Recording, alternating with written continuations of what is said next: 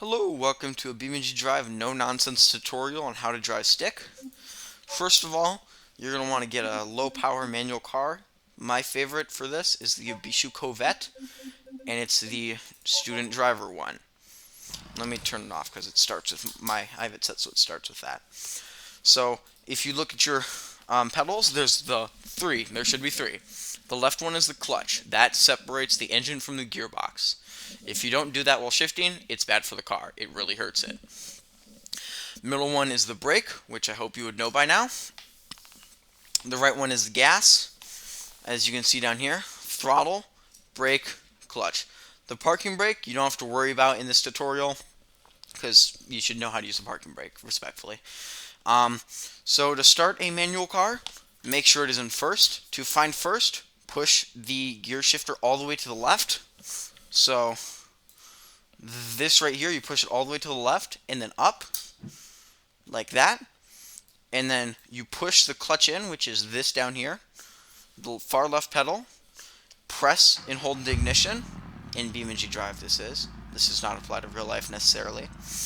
Then what you do, you can put it into neutral. Like you just pull it back from first. Hit the parking brake to release it. Some things to note. I'm going to turn my headlights on so you can see better. If you look at your tachometer, which is the RPM gauge, it shows how fast your engine is going. There's going to be red. The red, you never want to be in the red. It's sometimes the orange, depending on what you're doing, but never. You almost never want to be there unless you're doing stupid stuff.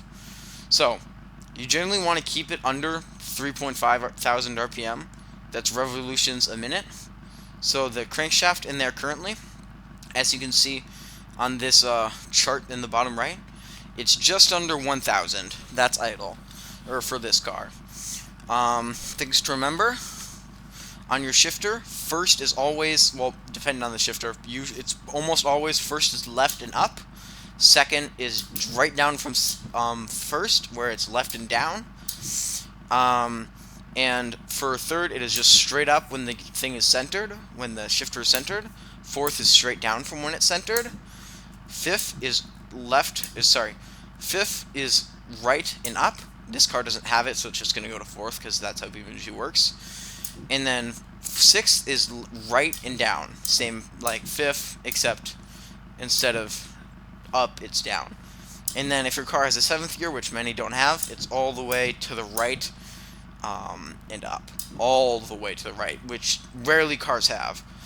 There's something called a lockout, which keeps you from going into gears. My shifter is a Mazda Racing manual shifter. So, I have 6 gears, along with a reverse and a seventh. Something called a lockout. A lockout is to stop you from going into the extra gears when you don't want to. Because if I want to go in reverse, which is all the way to the left and up, with the lockout pushed in, I push mine down. It's different for everything. For usually every shifter, I push mine down all the way to the left and up. I'm now in reverse. Keep in mind it is different from the car in-game to your actual shifter because of the models and how the devs make it. If I push all the way down and to the right, it pops me in the seventh. There is no seventh gear in this car, so it defaults to whatever the highest gear is. The clutch is super sensitive. There's something called a bite point, which doesn't really exist as much in BeamNG.Drive, but exists really in real life. So what I can do to get started, have the brakes engaged, in neutral, push in the clutch, all the way to the left, up for first, release the brakes, slowly let out of the clutch. Don't press any throttle. It depends on the car, but in this specific vehicle, I can just slowly let out of the clutch, and it'll get going on its own. Now, if I hit the brakes and push the clutch in and put it back to neutral, I am stopped, and I can release the clutch. If I want to, of course, be going faster and get started faster like in normal traffic, brakes on, clutch in, shift into first, brakes off. While you're slowly letting go of the clutch, give it very little throttle. You don't need to. And then once you're past the bite point of the clutch, which is like when the clutch actually connects to the engine, is like fully set in, you can just go. Once you're there, you can just, once you're already past that little point, you can just fully pull out the clutch. It's harder to explain in the video game, but yeah. So to shift into the next gear, what you do, you can let off the throttle and push in the clutch, shift to neutral, shift to the next gear, in this case it's second, release the clutch, and continue going with the throttle. I'm going to do that for one more gear. Clutch in, shift to third, clutch out, and throttle.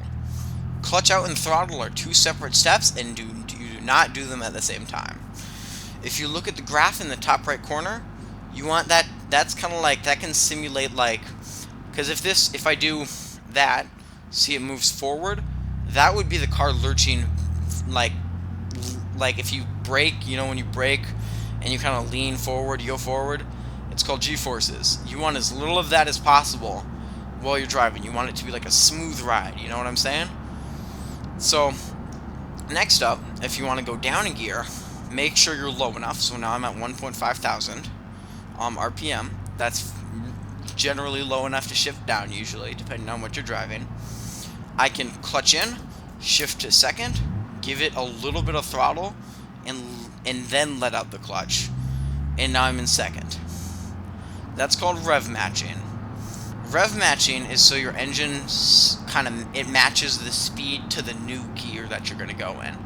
Because if I'm in second gear at 3,000 RPM and I want to go into first, I have to rev up the engine, in this case like 4,500, to be able to smoothly like have the wheels stay at the same rate while I change the engine how fast it's going. And that goes in how gearboxes work, but yeah.